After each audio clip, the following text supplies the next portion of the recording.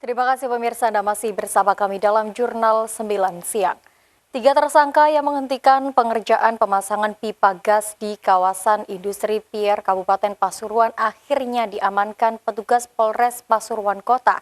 Penangkapan tersebut diapresiasi oleh Bupati Pasuruan karena aparatur negara harus bisa menjamin kepastian dan keberlangsungan industri.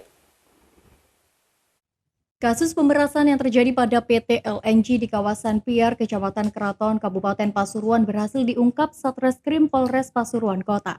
Ketiga tersangka diantaranya AF, 63 tahun, warga Kecamatan Bugul Kidul, Kota Pasuruan.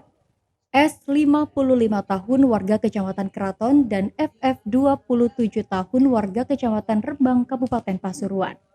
Modus yang dilakukan ketiganya dengan menghentikan kegiatan pemasangan pipa gas karena legalitas kepemilikan tanah masih milik ahli waris, yaitu tersangka FF. Tidak hanya itu, tersangka juga mengancam menutup pintu proyek dan meminta uang kompensasi sebesar 60 juta rupiah kepada pelapor yang merupakan kontraktor proyek tersebut. Pelapor pun memberikan uang 5 juta rupiah kepada tersangka yang kemudian menjadi barang bukti tindak kejahatan ketiga tersangka. Kemudian yang satu adalah juga penerima kuasa yang menggandeng ahli waris. Satunya lagi adalah yang mengaku sebagai ahli waris yang punya tanah sehingga minta istilahnya kompensasi atau ganti rugi. Ancaman hukumannya berapa? Ancaman hukuman di pasal 368 KUHP yaitu 9 tahun, kemudian kita subsidiarkan di pasal 335 KUHP dengan ancaman hukuman 1 tahun penjara. Berarti cuma uangnya cuma 5 juta, Mas?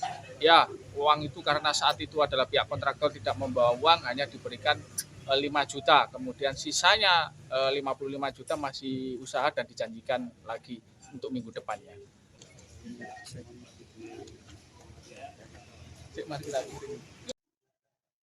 Rusdi Sutejo, Bupati Pasuruan yang turut menghadiri press release memberikan apresiasi atas penangkapan ketiga tersangka. Karena sebagai aparatur negara harus bisa menjamin kepastian dan keberlangsungan industri.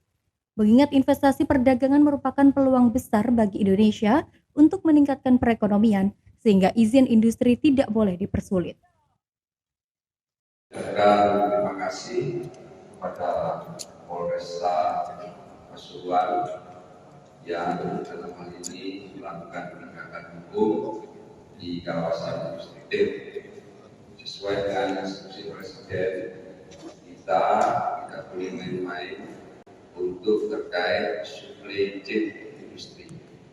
Jadi sekarang ini industri menghadapi ketidakpastian, maka kita dari aparatur negara harus bisa menjamin kepastian keberlangsungan industri, khususnya dalam hal ini di Kabupaten Pasuruan.